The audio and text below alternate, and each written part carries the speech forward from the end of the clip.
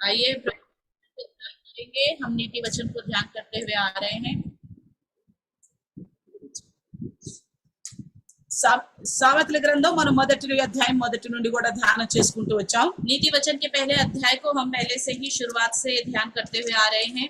దేవుని యందు భయభక్తులు నేర్పటమే సామెతల గ్రంథకర్త యొక్క ముఖ్య ఉద్దేశం అని వింటూ వస్తున్నాం. नीति वचन की पुस्तक लिखने वाले का उद्देश्य सिर्फ परमेश्वर का डर भय सिखाना है करके हम शुरुआत से जानते हुए आ रहे हैं। కాబట్టి సందేశము ఆలకించడం అనేది ఎంతో గొప్ప విషయం. ఆలకించినప్పుడే మనకి దేవుని జ్ఞానం కలుగుతుంది అంటున్నాడు. इसलिए वो कहता है कि प्रभु के उपदेश को सुनना बहुत ही धन्य की बात है। इसी के द्वारा हम उसके ज्ञान को बुद्धि को सीख सकते हैं। అందుకే మనం పోయినసారి విన్నాం, తల్లిదండ్రులు బోధించినట్లుగా అలాగే దేవదాసులు కూడా బోధిస్తారు. కాబట్టి నా కుమారుడా ఆ సందేశాన్ని ఆలకించు అంటూ విన్నాము. तो पिछली बार हमने सुना था जैसे माता पिता सिखाते हैं वैसे ही उपदेशक भी सिखाते हैं। उनकी बातों पर मन लगाओ करके हमने सुना था। అలాగే నిన్ను నీ స్నేహితులు ప్రేరేపించినప్పుడు పాపం చేసే విషయంలో ఒప్పకు అనేవి కూడా విన్నాం. जब आपके मित्र आपको प्रेरणा देते हैं पाप करने के विषय में तो उनकी बात मत सुनना, इस बात को भी हमने सुना था। ఎందుకంటే వాళ్ళు చాలా మోసకరంగా మనల్ని భ్రమలో పరుస్తారు. क्योंकि वो हमें बड़े धोखे से भ्रम में डाल देते हैं। కాబట్టి చాలా జాగ్రత్తగా ఉండాలి స్నేహం చేసే విషయాల్లో అని కూడా విన్నాం. इसलिए किसी से मित्रता करने के विषय में भी बड़े ध्यान से हमें रहना चाहिए करके हमने सुना है। అయితే ఈ దినం 17వ వచనం మొదటి అధ్యాయం సామెతల గ్రంథం 17వ వచనం నుంచి ధ్యానం చేద్దాం. तो आज के दिन नीति वचन पहला अध्याय 17वें वचन से हम ध्यान करेंगे। పక్షి చూచుచుండగా వల వేయుట వ్యర్థము. क्योंकि पक्षी को देखते हुए जाल फैलाना व्यर्थ होता है। అంటే ఎందుకు ఈ మాట ఇక్కడ సామెతల గ్రంథకర్త రాస్తున్నాడు? क्यों ये बात नीति वचन में लिखा गया है? పోయినసారి విన్నాం కదా, స్నేహం చేసే విషయంలో వాళ్ళు మిమ్మల్ని పాపం విషయమై ప్రేరేపించేటప్పుడు ఒప్పవద్దు, జాగ్రత్తగా ఉండు అని చెప్పినాం కదా. पिछली बार हमने सुना था मित्रता करने के विषय में ध्यान से रहना। जब वो आपको पाप करने के लिए लालसा देते हैं तो उनकी बात मत सुनना। అంటే ఇప్పుడు చెప్పదలుచుకున్నది ఏంటంటే, यहाँ पे ये क्या बताना चाहता है? ఒక అతను వేటగాడు వల వేస్తూ ఉన్నాడు అనుకోండి. समझ लीजिए एक शिकारी शिकार के लिए जाल डाल रहा है। అయితే ఆ స్థితిని ఆ వల వేయటాన్ని పక్షి చూసినప్పుడు అంటే పక్షి ఆ వలలో పడదట. जब जाल डालते हुए शिकारी को पक्षी देख लेता है तो पक्षी उस जाल में नहीं फंसता है। అదే మాట ఇక్కడ 17వ వచనంలో రాశాడు. यही बात 17वें वचन में लिखा हुआ है। ఇప్పుడు మనకి చెప్పాలనుకుంటుంది ఏంటంటే, हमें ये क्या बताना चाहता है नीति वचन लिखने वाला? యవనస్తులకైనా గాని, जवान लोगों के विषय में क्यों ना దేవుని हो, యందు భయభక్తులు కలవారి విషయమైనా या గాని, परमेश्वर का डर भय रखने वाले लोगों के विषय में क्यों ना हो, మీరు స్నేహము చేసేటప్పుడు అలాగే పాపము విషయంలో జాగ్రత్తగా ఉన్నట్లయితే మీరు ఆ వేటగాని వలలో పడరు. दोस्ती बनाने के विषय में या पाप के विषय में आप ध्यान से रहोगे तो इस तरह के फंदे में आप नहीं फंसोगे। అంటే మీరు జాగ్రత్త కలిగి ఉంటే గనక సాతాను యొక్క భ్రమలో మీరు పడరు. यदि आप ध्यान से रहने वाले इंसान है तो शैतान के धोखे में नहीं आओगे। ఎందుకంటే పక్షి గనక చూస్తూ ఉంటే వలలో పడదు కదా. जिस तरह पक्षी जाल डालते हुए देख लेती है तो उस जाल में नहीं फंसती, అలాగే మీరు గనక మీ జీవిత విషయంలో జాగ్రత్త కలిగి ఉంటే మీరు పాపములో పడరు. यदि उसी तरह आप अपने जीवन के विषय में ध्यान से रहोगे तो पाप में नहीं फंसोगे। అందుకే జాగ్రత్తగా ఉండమని ఉపదేశాన్ని అందించమనే నా కుమారుడా అని హెచ్చరిస్తున్నాడు. इसलिए ध्यान से रहो, मेरे उपदेश को सुनो करके मेरे पुत्र करके यहाँ बोलता है। అందుకే ఇక్కడ దేవుడైన యెహోవా మరి కీర్తన గ్రంథం 91వ అధ్యాయం 3వ వచనంలో దావీదు ద్వారా రాయిస్తున్నాడు. इसलिए 91 भजन संहिता में दाऊद के द्वारा भजनकार लिखवाता है। 3వ వచనంలో చూస్తే 91:3 तीसरा वचन, వేటగాని ఉరిలో నుండి ఆయన నిన్ను విడిపించును, నాశనకరమైన తెగులు రాకుండా నిన్ను రక్షించును అంటున్నాడు. वह तुझे बहेली के जाल से और महामारी से बचाएगा। ఎలా రక్షిస్తాడు? किस तरह बचाएगा? నువ్వు వేటగాని యొక్క ఉరిలో పడుతూ ఉండగా నేను ఇది పట్టుకుంటాడని కాదు. इसका मतलब ये नहीं कि आप शिकारी के जाल में जा रहे हैं, फंसने जा रहे हैं तो आपको बचाएगा, ऐसा नहीं है। భౌతిక రూపంగా కాదు. बाहरी रूप से नहीं। అయితే మిమ్మల్ని ఎలా రక్షిస్తాడు అంటే, किस तरह बचाएगा? నీవు దేవుని చాటున గనక దాగి ఉంటే, यदि आप प्रभु में छिपे हुए हो तो, అనగా ఆయన వాక్యానుసారంగా నువ్వు నడుస్తున్నట్లయితే, मतलब आप उसके वचन के अनुसार चलने वाले इंसान हो तो, యవనులైన వారికి ఇవ్వబడిన హెచ్చరికల ప్రకారం గనుక నువ్వు జాగ్రత్తగా ఉంటే, जवानी को जिन वचनों के द्वारा सावधान किया गया है उसी के अनुसार यदि आप ध्यान से जीने वाले हो तो, నీవు చేసే స్నేహం ఎవరితోనూ ఎలాంటి వారు ఎలాంటి స్నేహం చేస్తున్నావో ఆ విషయం జాగ్రత్తగా గమనించగలిగితే, आप कैसे लोगों से मित्रता करते हैं, आपके दोस्त किस तरह के हैं, इस विषय में भी आप ध्यान देने वाले इंसान हो तो, వేటగాని విరిలో పడకుండా దేవుడు నిన్ను కాపాడతాడు. ऐसे लोगों को वो शिकारी के जाल में फंसने से बचाएगा। దేవుడు అనగా వాక్యము. परमेश्वर मतलब वचन है। ఇక్కడ వేటగాని ఉరిలో నుండి ఆయన నిన్ను కాపాడును అని విడిపించునని రాయబడి ఉంది కదా. यहाँ लिखा है ना, बहेलिये के जाल से वह तुझे बचाएगा। ఇక్కడ మనము ఆయన అన్నకాడ వాక్యము అని గనక పెట్టుకుంటే, यहाँ वह लिखा हुआ है, वह की जगह यदि हम वचन लिख लेंगे तो వేటగాని ఉరిలో నుండి వాక్యము నిన్ను విడిపించును. बहेलिये के जाल से वचन तुझे छुड़ाएगा। అంటే వాక్యాన్ని విని వాక్యం ప్రకారంగా నడుస్తూ వాక్యానుసారంగా జీవిస్తే, वचन सुनकर वचन के अनुसार आप जीवन जियोगे तो వేటగాడు అంటే సాతానుడు, ఆయన గాడు యొక్క వలలో పడకుండా మనం తప్పించుకోగలుగుతాం. बहेलिया मतलब शैतान है, शैतान के जाल में फंसने से हम बच जाएंगे। అది మన వల్ల సాధ్యం కాదు, ये हमसे नहीं हो पाएगा। అది కేవలం దేవుని వాక్యం అనే సందేశం ద్వారానే సాధ్యం. सिर्फ प्रभु का वचन जो उसका संदेश है उसी के द्वारा ही हो सकता है। అందుకే ఇక్కడ 91వ కీర్తన మొదటి 2 వచనాల్లో కూడా ఏమంటున్నాడు, इसलिए 91 भजन संहिता पहले के 2 वचनों में क्या कहता है? మహోన్నతుని చాటును నివసించువాడే సర్వశక్తిమంతుని నీడను విశ్రమించువాడు, ఆయనే నాకు ఆశ్రయం, నా కోట, నేను నమ్ముకొను నా దేవుడు అని నేను యెహోవాను గురించి చెప్పుచున్నాను అన్నాడు. जो परम प्रधान के छाए हुए स्थान में बैठा रहे वह सर्वशक्तिमान की छाया में ठिकाना पाएगा। मैं यहोवा के विषय कहूंगा, वह मेरा शरण स्थान और गढ़ है। అంటే ఆయన మహోన్నతుడు, సర్వశక్తిమంతుడు, ఆయన మనకు ఆశ్రయము, కోట.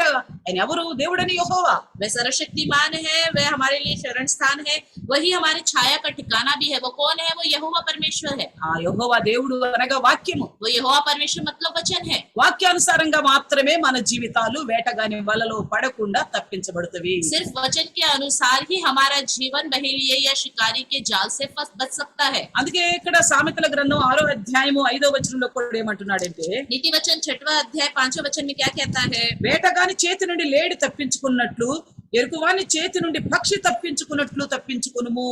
अपने आप को हरिणी के समान शिकारी के हाथ से और चिड़िया के समान चिड़ी मार के हाथ से छुड़ा।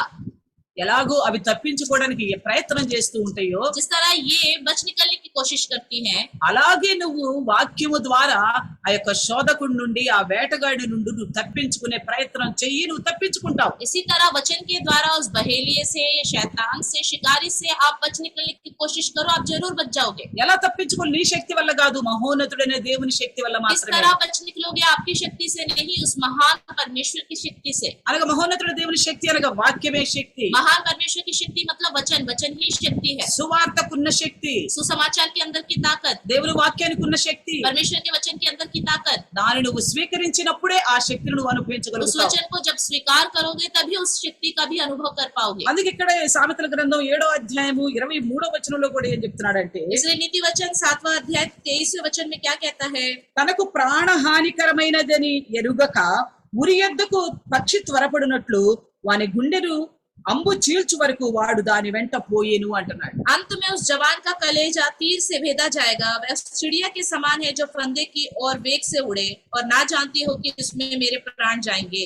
ఎవరి గురించి రాస్తున్నాడు ఇక్కడ? ये किसके बारे में लिखा गया है? ఎవరైతే తనకు తెలియలేదో, ఎరుగకుండానే ప్రాణహానికరమైన దానికి వారి ఉరి యొద్దకు పక్షి పోయినట్లుగా గుండెను అంబు చీల్చుకుని పోయేదాకా ఇది తెలియక పోతున్నాడంట ఆ మనిషి. ये किसके बारे में लिखा है? ये अनजाने में जैसे चिड़िया जाल में फंस जाती है, उसी तरह एक जवान इंसान या कोई भी इंसान अपने कलेजे को तीर से भेदा जाएगा, ना जानते हुए फंस जाता है, తెలియక ఉరిలో పడిపోతున్నాడు. अनजाने में फंस जाता है। కానీ అందుకే మనం తెలియని వారిగా ఉండొద్దని మనల్ని వాక్యం ద్వారా హెచ్చరిస్తున్నాడు. ఇదన इसलिए हम अनजान ना बने रहे करके वचन के द्वारा हमको प्रभु आज के दिन सावधान कर रहा है। అందుకే నువ్వు ఎవరితో స్నేహం చేస్తున్నావు జాగ్రత్తగా ఉండు. इसलिए किससे हम मित्रता करते हैं हमें ध्यान से रहना चाहिए। ఎవరు నిన్ను పాపం విషయంలో ప్రేరేపిస్తున్నారో వాళ్ళ విషయంలో జాగ్రత్తగా ఉండు. कौन आपको पाप के विषय में प्रेरणा देता है उसके विषय में आप ध्यान से रहो। నువ్వు జాగ్రత్తగా ఉండటము, ఎరిగి ఉండటం. ध्यान से रहना मतलब आपको वचन के द्वारा सब पता होना चाहिए। అంటే ఇదిగో నేను వేటలో పడిపోతానేమో, షికారి చేతిలో పడిపోతానేమో అనే జాగ్రత్త కలిగి ఉండటం. अरे मैं शिकारी के हाथ में ना फंस जाऊं, मैं उस जाल में ना फंस जाऊं करके ध्यान से रहना चाहिए। అలా ఎరగక ఉన్న వాళ్ళు మాత్రమే దానిలో పడిపోతారు. ఎరిగి ఉన్న వాళ్ళు దానిలో పడిపోరు. जो अनजान है वो लोग ही उसमें फंसते हैं, लेकिन सब कुछ जानने वाले नहीं फंसते हैं। మనం దుర్మార్గులు, మోసం చేసే వారి విషయంలో చాలా జాగ్రత్తగా ఉండాలి అన్నదే ఇక్కడ సామెతల గ్రంథకర్త చెప్పాలనుకుంటున్నాడు. नीति वचन लिखने वाला हमें ये बताना चाहता है कि धोखा देने वाले दुष्ट लोगों से हम बचे रहें। అలా మనం సావధానంగా లేకపోతే మాత్రం ఖచ్చితంగా భ్రమలో పడిపోతాం. यदि हम सावधान नहीं रहेंगे तो उनके भ्रम में हम जरूर फंस जाएंगे। అందుకే అంటున్నాడు, పక్షి చూచుచుండగా వల వేయుట వ్యర్థము. इसलिए कहता है कि जब पक्षी देख रहा है उस समय उसके लिए जाल डालना बहुत ही बेकार है। కాబట్టి నువ్వు విశ్వాసిగా, నువ్వు నీ విశ్వాస జీవిత విషయంలో పరిశుద్ధతను కాపాడాలన్న విషయంలో జాగ్రత్త కలిగి ఉంటే మీ పట్ల సాతాను వెల వేయుట వ్యర్థము. आप सब विश्वासी हैं, अपने विश्वास के विषय में, अपने पवित्र जीवन के विषय में श्रद्धा से सावधानी के साथ जिएंगे तो आपके विषय में शिकारी कुछ भी जाल डाले तो वो सब व्यर्थ हो जाएगा।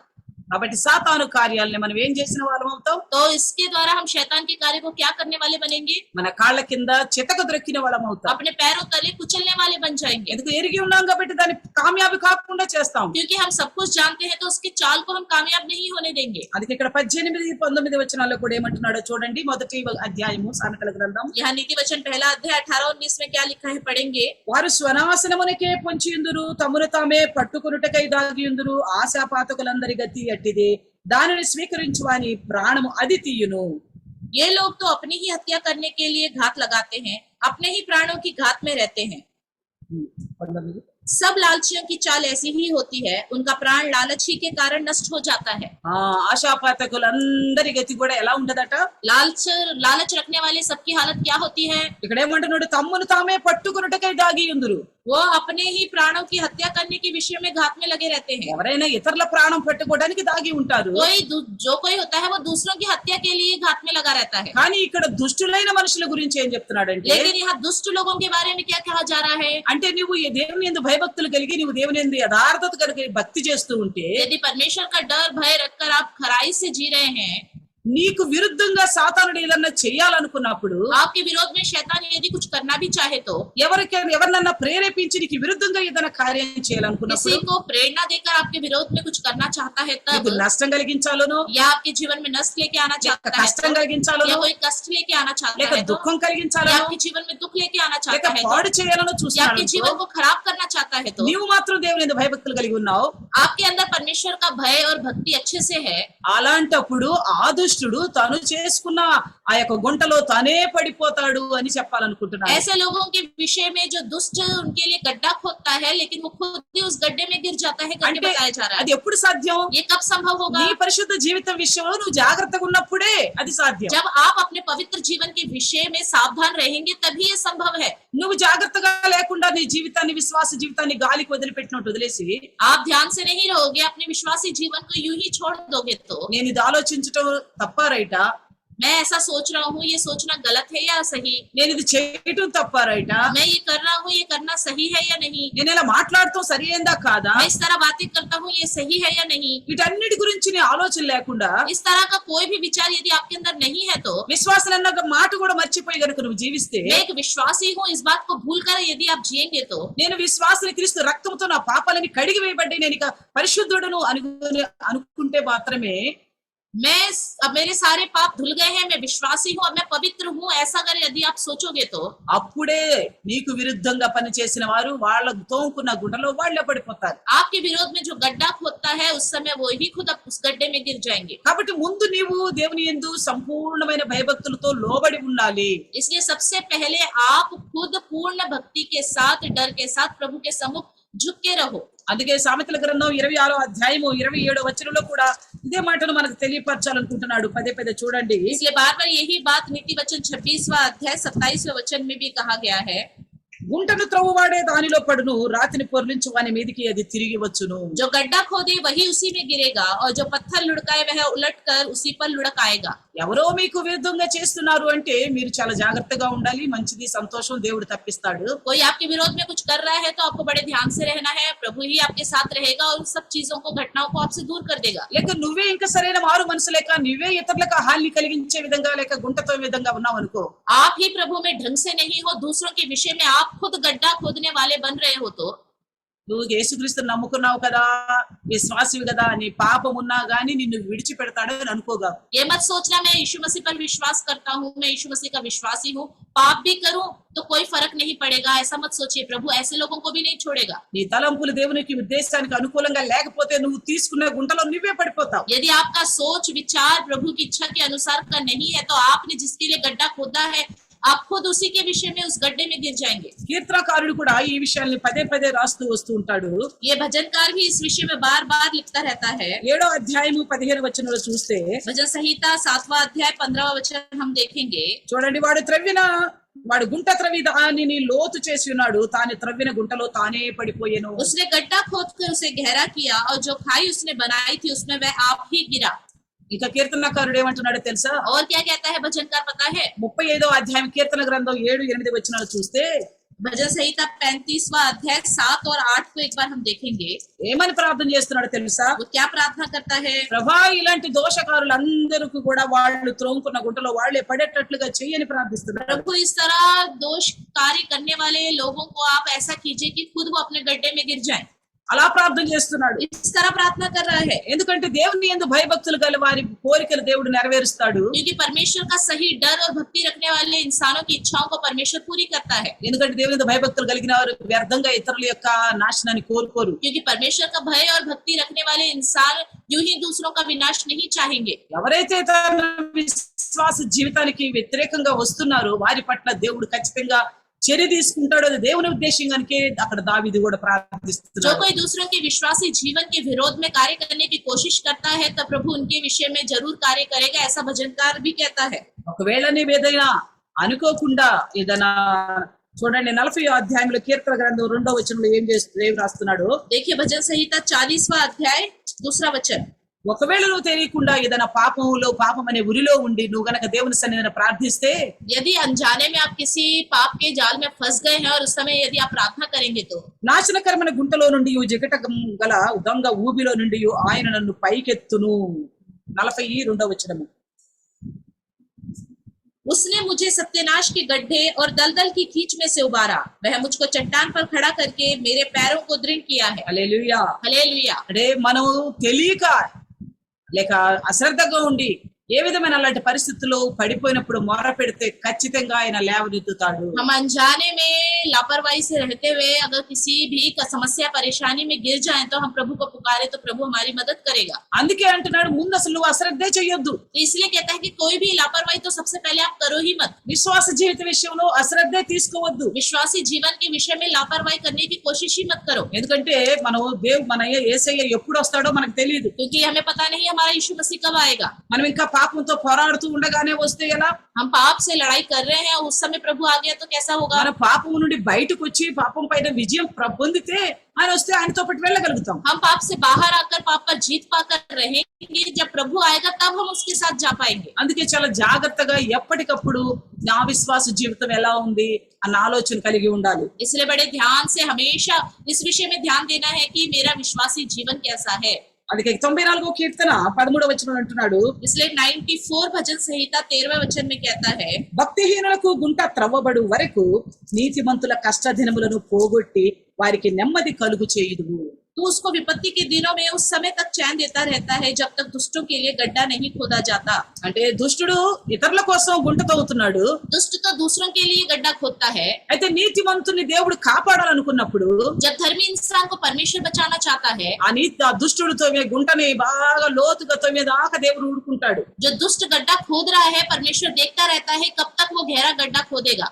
ఎందుకంటే నీతిమంతుని పక్షాన దేవుడు కార్యం చేయాలి కదా. क्योंकि धर्मी इंसान के प्रति परमेश्वर कार्य करना चाहता है ना। అప్పుడు ఏమంటున్నాడు ఇక్కడ? और ये क्या कहता है? నీతిమంతుల కష్ట దినములు పోగొట్టి వారికి నెమ్మది కలుగు చేయను. धर्मी इंसानों के दुख के दिनों को निकाल देगा और उनके जीवन में चैन लेके आएगा। అంటే లోతుగా దుష్టుడు గుంట తవ్వుకిందాక చూస్తూ ఉంటాడు దేవుడు. परमेश्वर उस दुष्ट को देखता रहेगा जब तक वो गहराई से उस गड्ढे को नहीं खोदता। ఆ యొక్క యుక్తులు లేక మోసము నీతిమంతునికి వాడు కలుగు చేస్తూ ఉన్నప్పుడు जब उसकी युक्तियां और दुष्ट इंसान की युक्तियों को वो पूरा करता रहता है, దేవుడు చూస్తూ ఉంటాడు, ఇప్పుడు ఇంకా ఈ పాపం పరిపక్వం అయిపోతుందా అని చూస్తూ ఉంటాడు. परमेश्वर देखता रहता है कि इसका पाप कब तक पकता नहीं है, देखूंगा मैं। ఇక నీతిమంతుని ఆ కష్టం నుండి బయటికి తీయాలనుకున్నప్పుడు जब वो धर्मी इंसान को इस कष्टों से बाहर निकालना चाहेगा, ఆ దుష్టుడిని తాను తవ్వుకున్న గుంటలో తానే పడే విధంగా उस చేస్తాడు. समय दुष्ट ने जो गहराई से गड्ढा खोदा है उस दुष्ट को उसी में डाल देगा। ఎందుకంటే మనం దేవుని పక్షాన ఉన్నాం కాబట్టి, क्योंकि हम प्रभु के पक्ष में हैं దేవుడు మన పక్షాన ఉన్నాడు और కదా. तब प्रभु हमारे पक्ष में रहेगा। ఆయన నా పక్షం ఉండగా నాకు విరోధి ఎవడు అంటున్నాడు రోమపత్రిక 8వ అధ్యాయంలో. रोमियो की पत्रिका 8वें अध्याय में लिखा है, मैं परमेश्वर के पक्ष में हूँ तो मेरा विरोधी कौन हो सकता है। కాబట్టి మనం దేవుని పక్షంగా దేవుని వారిగా ఉన్నప్పుడు ఏ వాడు కూడా మనకి విరుద్ధంగా పని చేయలేడు. हम परमेश्वर के पक्ष में परमेश्वर के लोग बन के रहेंगे तो कोई भी हमारे विरोध में कुछ नहीं कर पाएगा। దేవుని బిడ్డలుగా ఉంటామంటే ఏదో ఒక్కసారి బాప్తిసం తీసుకుంటే అయిపోయింది, సంఘానికి వెళ్తే అయిపోయిందని కాదు. परमेश्वर की संतान बनना मतलब ये मत सोचिए एक बार बपतिस्मा ले लिया और हम चर्च लगातार जा रहे हैं तो बन गए। కానీ వెళ్ళినప్పుడు ఏమింటున్నాం, విన్నదాన్ని ఎలా పాటిస్తున్నాము, పరిశుద్ధత విషయంలో ఎంత జాగ్రత్త కలిగి ఉన్నాము, అవన్నీ కూడా నెమరు వేసుకుంటూ ఉండాలి. हम जब कलीसिया में जाते हैं तो हम जाने के बाद क्या सुन रहे हैं, सुनने के बाद हमारा जीवन कैसा है, जांचते हुए बड़े ध्यान से रहना है.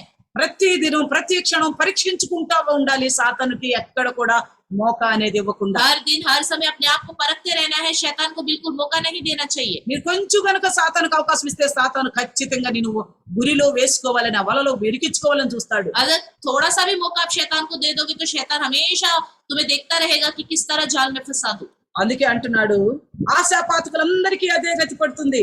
इसलिए कहता है जो कोई संसार लालच में रहते हैं ऐसे लोगों को ही हालत ऐसी होगी. దానిని స్వీకరించి వారి ప్రాణం అదితీయును.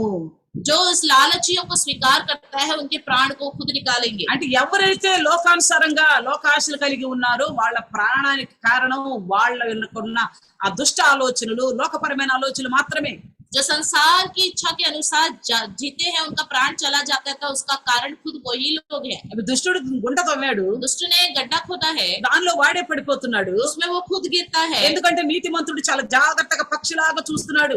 ఎక్కడ నా కోసం వల ఇటు లేదు కదా, నేను అక్కడ ఇరుక్కుపోతానని చాలా జాగ్రత్తగా చూస్తూ ఉన్నాడు. क्योंकि धर्मी इंसान बड़े ध्यान से पक्षी के समान देखता रहता है, शिकारी कहीं मेरे लिए जाल तो नहीं डाल रहा. ఈ విధంగా నన్ను మోసం చేయాలని చూడలేదు కానీ జాగ్రత్తగా ఉంటాడు విశ్వాస విషయంలో. विश्वास के विषय में भी वो ध्यान से रहेगा, कहीं मुझे कोई विश्वासी के विषय में धोखा तो नहीं दे रहा करके. అప్పుడు ఈ దుష్టుడి పరిస్థితి ఏమవుతుంది, तब उस दुष्ट की हालत क्या होगी. వాడి ప్రాణం వాడికి ముప్పు, వాడి ప్రయత్నాలన్నీ వాడికి ముప్పును కలిగిస్తాయి. जो कोई वो मेहनत कर रहा है दूसरों को फंसाने के लिए, उसमें वो खुद फंस जाएगा. అందుకే అంటున్నాడు ఆశాపాతకులందరి గతి అట్టిది. इसलिए कहता है सब लालचियों की हालत ऐसी ही है. అలాంటి దుష్ట స్వభావాన్ని స్వీకరించే వారి ప్రతి ప్రాణాన్ని వాళ్ళ స్వభావమే తీస్తుందట. इस तरह का दुष्ट स्वभाव रखने वाले इंसान का प्राण उनका खुद का स्वभाव ही ले लेता है. మనకు తెలుసు హామాను గురించి, మొర్దెకై గురించి. हम जानते हैं मृदुकई और हामान के बारे में. మరి మొర్దెకై దుష్టులాగా ఎంతో యోచన చేసి హామాను దుష్టులాగా ఎంతో యోచన చేసి మొర్దెకైకి విరుద్ధంగా పెద్ద ఉరికొయ్యని ఏర్పాటు చేశాడు. हामान ने दुष्ट की तरह बहुत सारे प्लान बना के मृदुकई के लिए एक फांसी का खंबा बनाया. కానీ మొర్దెకై దేవుని యందు భయభక్తులు కలిగి దేవుని దృష్టికి యోగ్యంగా ఉండి మొరపెట్టేవాడు గనుక मृदुकई परमेश्वर का डर और भक्ति सही से करने वाला है और परमेश्वर को पुकारने वाला इंसान है, इसलिए మొర్దెకైకి వేయాలనుకున్న ఉరి హామానికే వచ్చింది. हामान ने जो मृदुकई के लिए फांसी बनाई थी उस फांसी पे हामान को ही चढ़ना पड़ा. అది హామాను ఎంతో ఇష్టంగా మొర్దెకైని ఎలాడతీయాలని ఆలోచన हामान చేశాడు. ने बड़ी इच्छा से आशा से मृदुकई को मैं इस पे लटकाऊंगा करके बनाया था. కానీ దుష్టుడు దుష్ట ఆలోచన కలిగిన వాడు కాబట్టి తాను తోముకున్న గుంట్లో తానే పడ్డట్టు తనకు తయారు చేసుకున్న ఉరికొయ్యి మీద తననే ఎక్కించాల్సి వచ్చింది. लेकिन हामान दुष्ट इंसान था, इसलिए उसने जो मृदुकई के लिए गड्ढा खोदा था उसमें उसी को ही गिरना पड़ा, उस फांसी में उसी को ही चढ़ना पड़ा. కాబట్టి దుష్టులుగా ఉంటే గనక మన విషయంలో కూడా మనం ఏదో నీతిమంతులమే అనని నిమ్మక నీరెత్తినట్టు ఉండకుండా హృదయాన్ని పరీక్షించుకుంటూ ఉండకపోతే ఖచ్చితంగా దుష్టులం అవుతాం. यदि हम सोचेंगे अरे हम तो धर्मी इंसान हैं और अपने हृदय को नहीं जांचेंगे, आराम से रहेंगे, तो हमारी हालत भी ऐसी ही हो जाएगी. ఆ ప్రార్థనకి వెళ్తున్నావు, లైవ్ లో వస్తున్నావు, పర్వాలేదని ఈ రెండే ముఖ్యం పెట్టుకుని హృదయాన్ని పరీక్షించుకునే విషయంలో, పరిశుద్ధతను కాపాడుకునే విషయంలో జాగ్రత్తగా లేకపోతే మనకంటే దుష్టుడు దౌర్భాగ్యుడు ఇంకొకరు లేడు. हम लाइव में जा रहे हैं, प्रार्थना में जा रहे हैं, बस इतना काफी है करके इन दो विषयों में ही रहोगे और अपने जीवन को, अपने मन को नहीं परखोगे तो आप खुद अपने जीवन का नाश करने वाले बन जाओगे. కాబట్టి నీ త్రోవ ఎలా ఉంది, నీ ఆలోచనలు ఎలా ఉంది, నీ మాటలు ఎలా ఉన్నాయి, వీటన్నిటి గురించి ఒక జాగ్రత్త చేసుకుంటూ వాటి నుండి తొలగిపోవాలి. आपका सोच कैसा है, आपका विचार कैसा है, आपका चाल चलन कैसा है, आपका मार्ग कैसा है, इन सबको जांचना है. यदि गलत है तो उससे बाहर आना है. అప్పుడే దేవుడు నిన్ను కాపాడగలుగుతాడు. అప్పుడే నీకు చాలా ఏమనాలంటే మెళకువనిస్తాడు, సాతాను చేతుల్లో పడిపోకుండా. तभी परमेश्वर आपको बचाएगा और आपको बार बार सावधान करेगा कि शैतान के जाल में आप ना फंसो. కాబట్టి ఇక్కడ చూద్దాం, సామెతల గ్రంథం 11వ అధ్యాయం 19వ వచనంలో చూస్తే, नीति वचन 11वां अध्याय 19वें वचन में एक बार देखेंगे.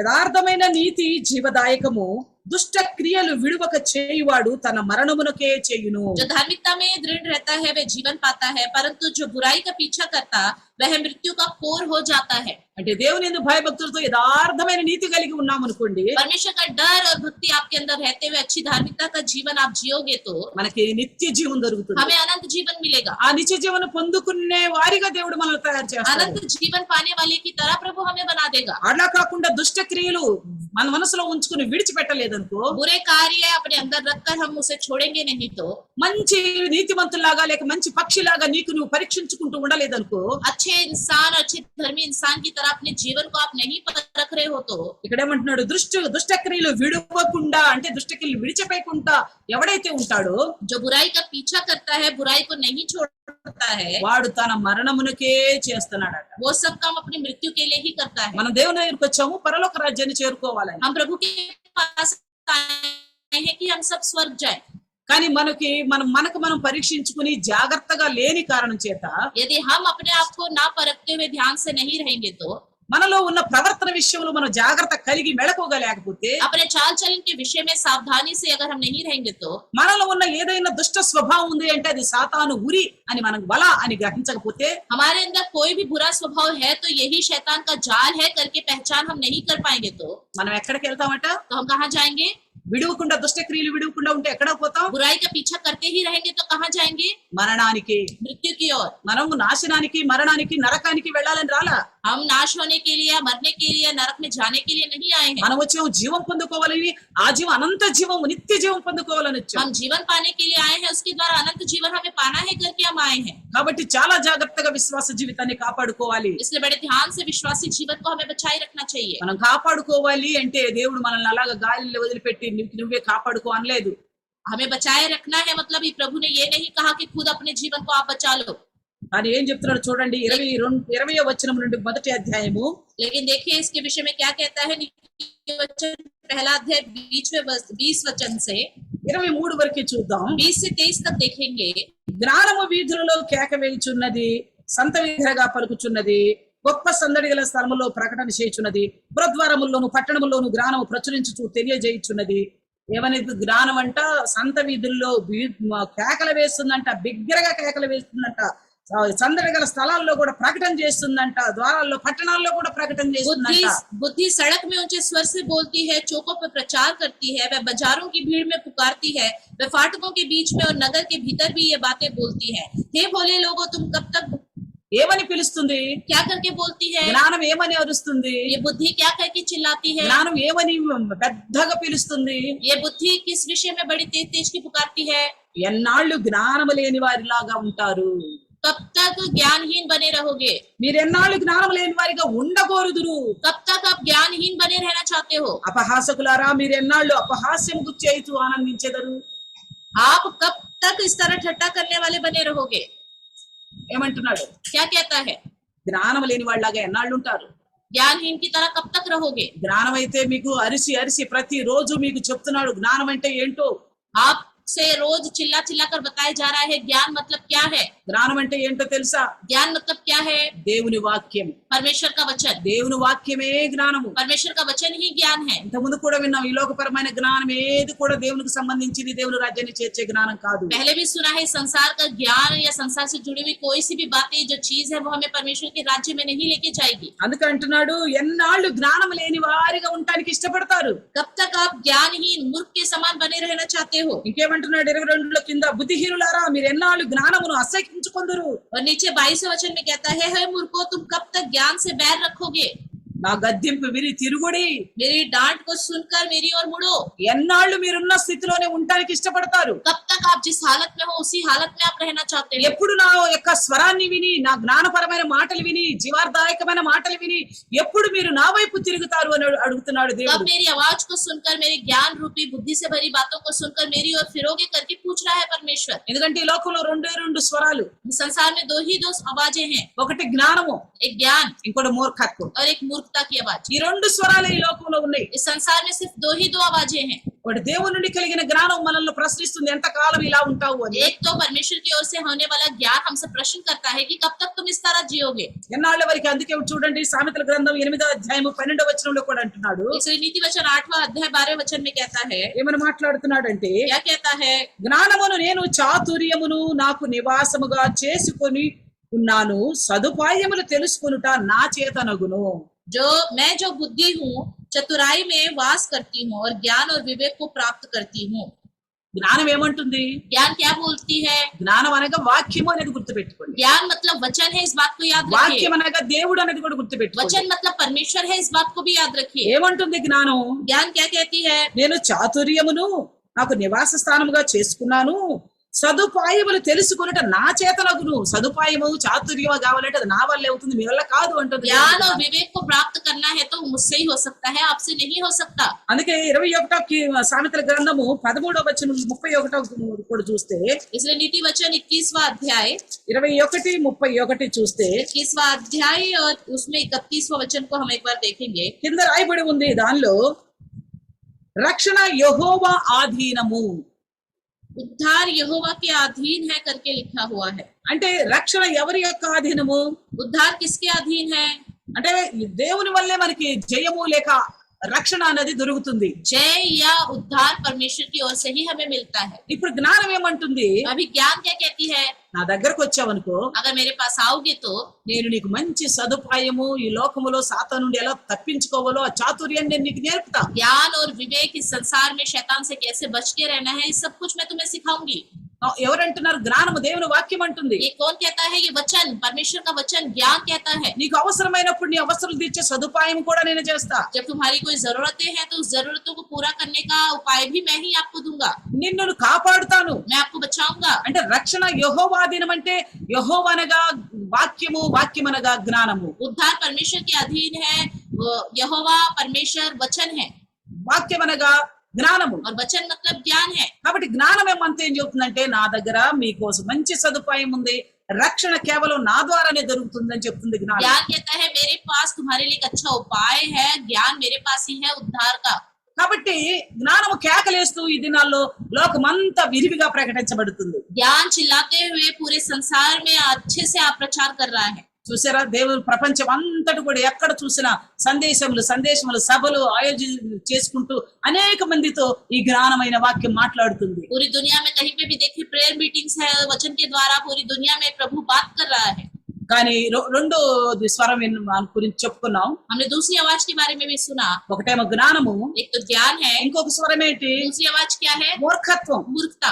మూర్ఖత్వం ఏమని పలుకుతుందో చూద్దాం. मूर्खता क्या बोलती है? 9వ అధ్యాయము नीति वचन 9वां अध्याय సామెతల గ్రంథం 9వ అధ్యాయము 9वां अध्याय 13వ వచనం చూస్తే, 13वें वचन में देखेंगे, బుద్ధిహీనత అనున్నది బొబ్బలు పెట్టుచున్నది. मूर्खता रूपी स्त्री बकबक करने वाली है। బుద్ధిహీనత ఏం చేస్తుందంట? मूर्खता क्या करती है? జ్ఞానం అయితే కేవలము అరుస్తుందంట బిగ్గరగా. ज्ञान तो चिल्लाती है तेज की। ఈ బుద్ధిహీనత ఏం చేస్తుంది? ये मूर्खता क्या करती है? ఇంకా బొబ్బలు పెడుతుందంటే ఇక లబో దిబ్బోమని మొత్తుకుంటుంది. అంటే మూర్ఖత ఎక్కువగా ప్రచారంలో ఉన్నట్టుగా ఉంది ప్రస్తుత దినాల్లో. आजकल के दिनों में देखा जाए तो मूर्खता ही अधिक प्रचार करने वाला हो रहा है। ఎందుకు అనేది కూడా మనకి ముందే అర్థం అవుతుంది. ये क्यों है करके हमें बाद में समझ में आएगा। ఇక్కడ మూర్ఖత కూడా బొబ్బలు పెడుతుంది, జ్ఞానము కూడా బిగ్గరగా అరుస్తుంది. मूर्खता भी बकबक करती है, चिल्लाती है, ज्ञान भी बड़े तेज की हमसे प्रचार करती है। అందుకని మనం ఏం చేయాలా? इसलिए हमें क्या करना है? ఈ మూర్ఖత అనేది, ఈ రకంగా బుద్ధిహీనత అనేది బొబ్బలు పెడుతుంది కదా, మనం ఎలా ఉండాలి అనేది కీర్తనకారుడు 1వ అధ్యాయం 1వ వచనంలో చెప్తున్నాడు. मूर्खता भी बहुत ज्यादा बोलती है, बहुत ज्यादा बकबक करती है, तो इसके विषय में किस तरह सावधान रहना है, ये बात हमें बताया जाता है। भजनकार कहता है, 1వ అధ్యాయం 1వ వచనంలో ఏమంటారు? भजनकार पहला अध्याय पहले वचन में क्या लिखा है? भजन మనందరూ తెలుసు संहिता, కదా, हम सबको पता है ना। దుష్టుల ఆలోచన చొప్పున నడువక, పాపుల మార్గమున నిలువక, అపహాసకులు కూర్చుండు చోట కూర్చుండక. दुष्टों की युक्तियों पर नहीं चलना, पापियों के मार्ग में खड़ा नहीं होना, ना ठट्टा करने वालों की मंडली में बैठना है। ఎందుకంటే ఈ మూర్ఖత బొబ్బలు పెడుతూ అంటే జ్ఞానానికి మించిన పెద్ద సౌండ్ తో మాట్లాడుతుంది మూర్ఖత. ये मूर्खता जो है ज्ञानवान इंसान से भी अधिक ज्यादा बातें करती है। కాబట్టి అలాంటి మూర్ఖతకు నువ్వు లోబడకుండా ఉండాలి, అలాంటి బుద్ధిహీనతకు నువ్వు లోబడకుండా ఉండాలి అంటే इस तरह की मूर्खता में यदि हमें नहीं झुकना है तो మన దుష్టుల యొక్క ఆలోచనలు నడవకూడదు.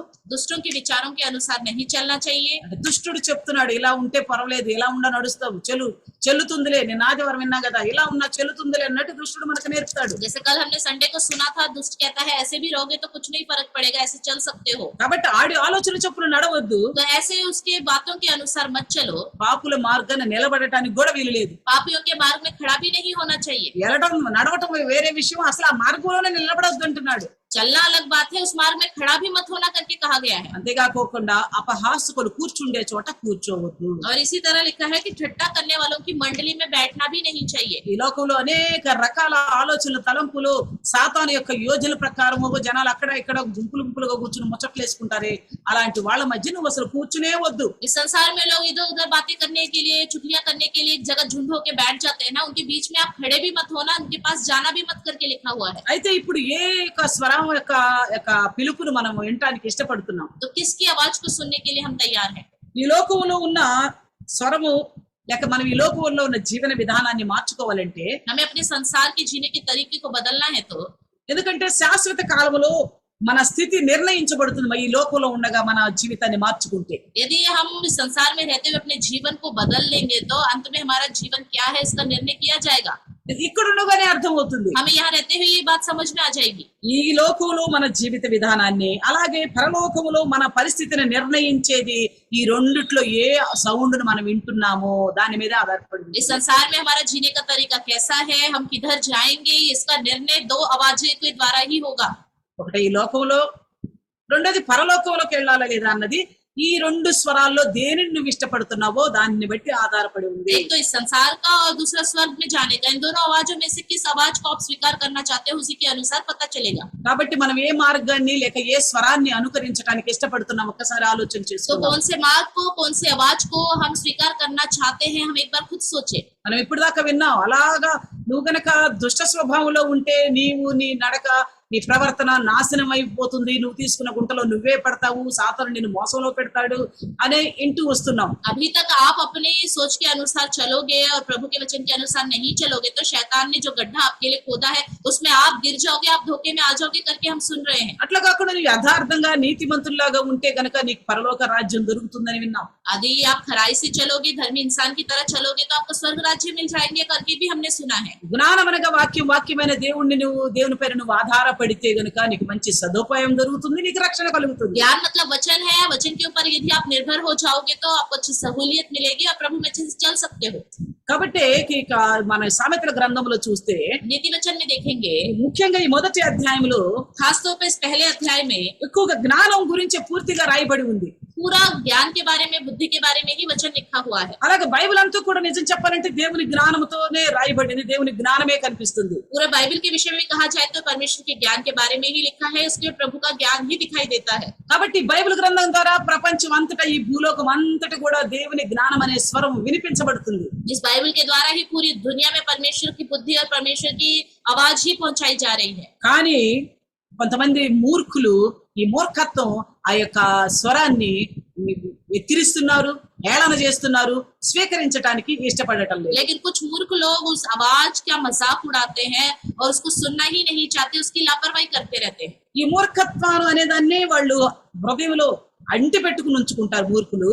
इस तरह के लोग उस मूर्खता को अपने अंदर ऐसे ही बनाए रखते हैं। కాబట్టి దేవుని జ్ఞానం అన్న వాక్యాన్ని, సందేశాన్ని, రక్షణను వ్యతిరేకిస్తూ ఉంటారు. परमेश्वर का ज्ञान जो वचन है और संदेश है उसका विरोध करते रहते हैं ऐसे लोग, అలాంటి స్వభావంలోనే ఆనందిస్తూ ఉంటారు. और ऐसा विरोध करते करते इसमें खुश रहते हैं और जीते रहते हैं। అసలు ఈ జ్ఞానాన్ని వ్యతిరేకించుతున్నారు అనటంలోనే వాళ్ళు మూర్ఖత్వాన్ని బయట పెడుతున్నారు అనేది స్పష్టంగా ज्ञान అర్థమవుతుంది. का विरोध कर रहे हैं तो वो मूर्ख इंसान है करके अपने स्वभाव को प्रकट कर रहे हैं। ఎవరికైనా సందేశం అందించబడుతుంది, किसी तक उपदेश पहुंच रहा है, संदेश पहुंच रहा है तो, లేకపోతే సంఘంలో సందేశం या అందించబడుతుంది, कलीसिया में संदेश सुनाया जा रहा है तो, నా గురించే చెప్పారు అని అభ్యంతరపడి వ్యతిరేకించేవు అనుకో, मेरे बारे में ही बताया गया है करके अगर आप इसका विरोध करोगे तो నీ మూర్ఖత్వాన్ని నువ్వు బయట పెట్టుకున్నావని. अपनी मूर्खता को आपने प्रकट कर लिया, అంటే జ్ఞానం అనేది నీ దగ్గర లేదు, मतलब ज्ञान नहीं है आपके पास। దేవుని ద్వారా నీ దగ్గర సదుపాయం దొరకదు, परमेश्वर के द्वारा आपसे कोई सहूलियत नहीं मिलेगी, అలాగే దేవుని ద్వారా నీకు రక్షణ కూడా లేదు. तो परमेश्वर के द्वारा आपको उद्धार भी नहीं मिलेगा। ఎక్కడైతే నువ్వు సువార్తను వ్యతిరేకిస్తున్నావో అక్కడే నీ మూర్ఖత్వాన్ని బయట పెడుతున్నావు అని తెలుస్తుంది. जहाँ आप सुसमाचार का विरोध करते हो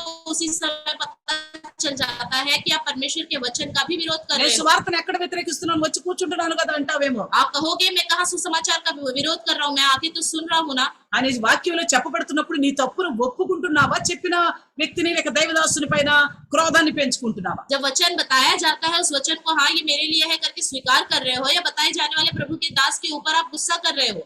కాబట్టి నువ్వు గనక లోబడకపోతే यदि आप नहीं झुकोगे तो అలాంటి వారి గురించే ఇక్కడ 23వ వచనములో 1:23లో రాయబడి ఉంది సామెతల్లో, नीति वचन पहला अध्याय 23 वचन में लिखा हुआ है, నా గద్దింపు విని తిరుగుడి. तुम मेरी डांट सुनकर मन फिराओ. అంటే భయంకరమైన హెచ్చరిక ఇస్తున్నాడు. ये भयानक हम रीति से हमें सावधान करता है. నా మాట గనక విని లోబడండి. मेरी बातों को सुनकर झुक जाओ. ఇక చూడండి కీర్తన గ్రంథం 50 అధ్యాయం 17 వచనంలో ఏమంటున్నాడు భజన కీర్తనకారుడు. भजन संहिता 50:15 में क्या कहता है, एक बार देखेंगे. 17వ వచనము, 50:17 में, దిద్దుబాటు నీకు అసహ్యము కదా, నీవు నా మాటలను నీ వెనుకకు త్రోసి వేసేదవు. तू तो शिक्षा से बैर करता और मेरे वचनों को तुच्छ जानता है. నేను హెచ్చరిక చేస్తుంటే మూర్ఖుడివై దాన్ని వ్యతిరేకిస్తున్నావు అనగా నీకు దిద్దుబాటు అసహ్యంగా ఉంది. मेरी शिक्षा और मेरे वचन को सुनकर मूर्ख बनकर उसको तुच्छ जान रहे हो ना, तो तुम्हारे अंदर विरोध करने वाला स्वभाव है. అంటే నీలో మూర్ఖత్వం పనిచేస్తుంది. इसका मतलब तुम्हारे अंदर मूर्खता काम करता है. అంటే నీవు రెండు స్వరాల్లో ఒక స్వరాన్ని ఎన్నుకున్నావు, మూర్ఖత్వం అనే స్వరాన్ని दोनों ఎన్నుకున్నావు. आवाजों में से आपने एक आवाज को स्वीकार करा है, वो है मूर्खता की आवाज. దాని ద్వారా తేలుతుంది ఏంటో తెలుసా, उसके द्वारा क्या पता चल रहा है, ఈ జీవితంలో బ్రతికుండంగానే నువ్వు పరలోక రాజ్యానికి వెళ్ళాలన్న నిర్ణయం నీలో లేదు అని నిర్ధారణ అయిపోతుంది. इस जीवन को जीते हुए संसार में पता चल रहा है कि आपके अंदर आशा ही नहीं है कि आपको स्वर्ग राज्य जाना है. అందుకే ఏమైనా హెచ్చరిక ఇస్తున్నాడు చూడండి. इसलिए क्या करके हमें सावधान करता है, నా మాట విని నా గద్దింపు విని నా వైపు తిరిగితే ఆలకించుడి, నా ఆత్మను మీ మీద కుమ్మరించుదును, నా ఉపదేశమును మీకు తెలిపెదను. नीति वचन 1:23 में लिखा है, तुम मेरी डांट सुनकर मन फिराओ, सुनो मैं अपनी आत्मा तुम्हारे लिए उंडेल दूंगा. అంటే మీరు గనక నా వైపు తిరిగినట్లయితే, यदि तुम मेरी ओर फिरोगे, నేను గద్దించగా లోబడ్డట్లయితే, मेरी डांट को सुनकर उसके अधीन हो जाओगे. దైవదాసునార వాక్యంలో హెచ్చరించినప్పుడు నువ్వు గనక స్వీకరిస్తే, प्रभु के दास के द्वारा आप जब सावधानी वाली बातें सुनते हो, उसको स्वीकार करोगे तो, నీ పాపాలు ఒప్పుకుంటే, आप अपने पापों को मान लोगे तो, పశ్చాత్తాపడితే, पश्चाताप करोगे तो, నా వైపు తిరిగితే मेरी ओर फिरोगे तो, నా ఆత్మను నీ మీద కుమ్మరిస్తా. तो मेरी आत्मा को तुम्हारे ऊपर उंडेल दूंगा. నా ఆత్మను నీ మీద కుమ్మరించడాన్ని బట్టి मेरी आत्मा को तुम्हारे ऊपर उंडेल दूंगा तो నీకు పరలోక రాజ్యము అలాగే ఈ లోకంలో కూడా దేవుని వైపు నుండి అన్ని సదుపాయాలు దొరుకుతాయి. इस संसार में और स्वर्ग राज्य में भी आपको हर तरह की सहूलियत मिलेगी. కాబట్టి నీ హృదయాన్ని దేవుని వైపు మళ్లించుకో. इसलिए अपने हृदय को परमेश्वर की ओर मोड़ो, అప్పుడే నీ జీవితం దేవునిలో కొనసాగగలుగుతుంది. तभी आपका जीवन प्रभु में बढ़ पाएगा. అప్పుడు దేవుని ఆత్మ నీ మీద కుమ్మరించబడ్డప్పుడు నీకు దేవుడు అంటే ఏంటో కూడా ఇంకా స్పష్టంగా जब అర్థమవుతుంది. परमेश्वर की आत्मा आपके ऊपर उंडेली जाएगी तो परमेश्वर कौन है करके स्पष्ट रूप से भी आपको पता चल जाएगा. కాబట్టి జ్ఞానం అనే స్వరానికి లోబడుతున్నావా, మూర్ఖత్వం అనే స్వరానికి లోబడుతున్నావా, నువ్వే ప్రశ్న వేసుకో. ज्ञान की आवाज के सामने झुकते हो या मूर्खता की आवाज के सामने झुकते हो, खुद अपने अंदर प्रश्न डालो. చాలా మంది దేవుని వాక్యం చెప్పినప్పుడు చాలా ఎక్కువగా మనుషుల్లో విశ్వాసంలో కనపడేది విసుగు, నా గురించి అన్న మాట చాలా బాధ కలిగిస్తుంది. बहुत सारे विश्वासी लोगों के अंदर जब वचन सुनते हैं, ये चीज ज्यादा दिखाई देती है, तंग आ जाते हैं, ये मेरे बारे में ही बार बार बता रहे हैं. కానీ దేవుడు ఎందుకు చెప్తున్నాడు? लेकिन प्रभु क्यों बता रहा है? ఇక్కడ కూడా దేవుడు హెచ్చరిస్తున్నాడు కదా. यहाँ पे भी प्रभु सावधान कर रहा है ना. జ్ఞానం అంటుంది ఎన్నాళ్ళు మీరు బుద్ధిహీనుల్లాగా ఉంటారు అని. ज्ञान कहता है कब तक तुम बुद्धिहीन बने रहोगे. జ్ఞానము మీకోసం ప్రచురించబడుతుంది, విరివిగా ప్రకటన చేయబడుతుంది మీకోసం. बुद्धि तुम्हारे लिए बहुत आयत से प्रचार किया जा रहा है. మీరు వినాలని, స్వీకరించాలని, మీ నడకను దిద్దుకోవాలని. आप सुने, स्वीकार करें, अपने चाल चलन को सुधारे, इसलिए बताया जा रहा है. అయితే ఎన్నాళ్ళు ఇంకా అదే స్థితిలో ఉంటావు? कब तक इसी हालत में रहोगे? ఎన్నాళ్ళు నిమ్మక నీరెత్తినట్టుగా ఉంటావు? कब तक इसी तरह जियोगे? జాగ్రత్త లేకపోతే సాతానుడు నీ విషయమై వల వేస్తాడు. జాగ్రత్త. ध्यान से नहीं रहोगे तो शैतान आपके विषय में जाल डालेगा. ध्यान से रहो. నువ్వు దేవుని స్వరానికి లోబడలేదు, సాతానుడు వల వేసాడు అనుకో, తప్పించుకునే సదుపాయం నీ దగ్గర ఉండదు. अगर आपने प्रभु के वचन को स्वीकार नहीं करा ढंग से, जब शैतान जाल डालेगा तो आप उसमें फंस जाओगे, बच नहीं पाओगे. కాబట్టి నువ్వు దేవుని యందు భయభక్తులు, జ్ఞానం అనే స్వరానికి గనక లోబడితే, प्रभु का डर और भक्ति अपने अंदर रखते हुए प्रभु की आवाज, जो ज्ञान रूपी आवाज है, उसके सामने झुक जाओगे तो ఆ జ్ఞానం మనల్ని యథార్థవంతులుగాను, నీతిమంతులుగాను, పరిశుద్ధులుగాను ఉండమని కోరుకుంటుంది. वो ज्ञान हमें खराई से चलना, अच्छी भक्ति रखना और अच्छे धर्मी इंसान के रूप में चलना सिखाती है. అలా లేకపోతే మన ప్రాణానికి మనమే ఉరి తెచ్చుకున్న వారం అంటుంది. अगर इस तरह हम नहीं जिएंगे तो अपने प्राण के लिए फंदा हम ही बनाने वाले हैं करके वचन कहता है. ఎవరైనా కావాలని తన ప్రాణానికి ఉరి తెచ్చుకుంటారా? क्या कोई भी जानबूझकर अपने प्राण के लिए फंदा बनाना चाहता है? फांसी का ఎవరైనా फंदा? తమ నాశనాన్ని కోరుకుంటారా? कोई क्या अपने खुद के नाश को चाहता है? మరి ఎందుకు మనం అలా కోరుకునే వారిగా ఉంటాం? क्यों हम इस तरह चाहने वाले बन रहे हैं? అంటే నీ జీవిత విషయంలో, పరిశుద్ధ జీవిత విషయంలో నువ్వు జాగ్రత్త లేవు, నీకు జాగ్రత్త లేదు. సాతానుడు మోసంలో పెట్టి నిన్ను అలా ఉంచుతున్నాడు, అలా నడిపిస్తున్నాడు, భ్రమలో పెట్టేశాడు. क्योंकि आप अपने जीवन और अपने पवित्र जीवन के विषय में ध्यान से नहीं जी रहे हो, शैतान ने इस तरह आपको भ्रम में डालकर फंसा दिया है. కాబట్టి నువ్వు ఇంకా తెలుసుకోలేకపోతున్నావు. और आप अपने जीवन के बारे में जान भी नहीं पा रहे हो, అందుకే ఇంకెన్నాళ్ళు ఇలా ఉంటావు అంటున్నాడు. इसलिए कहता है कब तक आप इस तरह जियोगे। కాబట్టి రండి ప్రార్థన చేసుకుందాం. आइए हम प्रार्थना करें, ఆయన గద్దెంపుకు లోబడదాం, उसकी डांट के सामने झुक जाएं, ఆయన స్వరానికి లోబడదాం, उसके आवाज के सामने झुक जाएं, మూర్ఖత్వాన్ని విడిచిపెట్టుకుందాం. मूर्खता को छोड़ देंगे। మూర్ఖత్వం అంటే చెప్పిన సందేశాన్ని వ్యతిరేకించడమే మూర్ఖత్వం. मूर्खता मतलब बताए गए संदेश का विरोध करना ही मूर्खता है। రండి చిన్న ప్రార్థన आइए చేసుకుందాం. छोटी सी प्रार्थना करेंगे। పరమ పరిశుద్ధుడైన తండ్రి నీ పాదాలకు వందనాలు ప్రభా. हे परम पवित्र परमेश्वर, आपके चरणों को धन्यवाद करते हैं। ప్రభా మమ్మల్ని కనికరించి ప్రేమించి రక్షణ ఇచ్చిన తండ్రి మీకు స్తోత్రములు. हम पर दया करके प्रेम करके ये उद्धार दिया प्रभु, धन्यवाद। అయితే ఇచ్చిన ఈ రక్షణ కాపాడుకునే నిమిత్తమని ప్రభా ప్రతిదినం మాతో మాట్లాడుతున్నారు. दिए हुए इस उद्धार को बचाए रखने के विषय में हर दिन प्रभु आप हमसे बातें कर रहे हैं। నీ ముఖ్యంగా నాయన సామెతల గ్రంథం ద్వారా మాతో మాట్లాడుతున్నారు. मुख्य रूप से इस नीति वचन के द्वारा हमसे बातें कर रहे हैं प्रभु। మేము మా విశ్వాస జీవితాన్ని ఎంత జాగ్రత్తగా ఉంచుకోవాలో నేర్పుతున్నారు. हमारे विश्वासी जीवन को कितने ध्यान से हमें रखना है आप सिखा रहे हैं మేము प्रभु। మాట్లాడే మాట, ఆలోచించే ఆలోచనలు,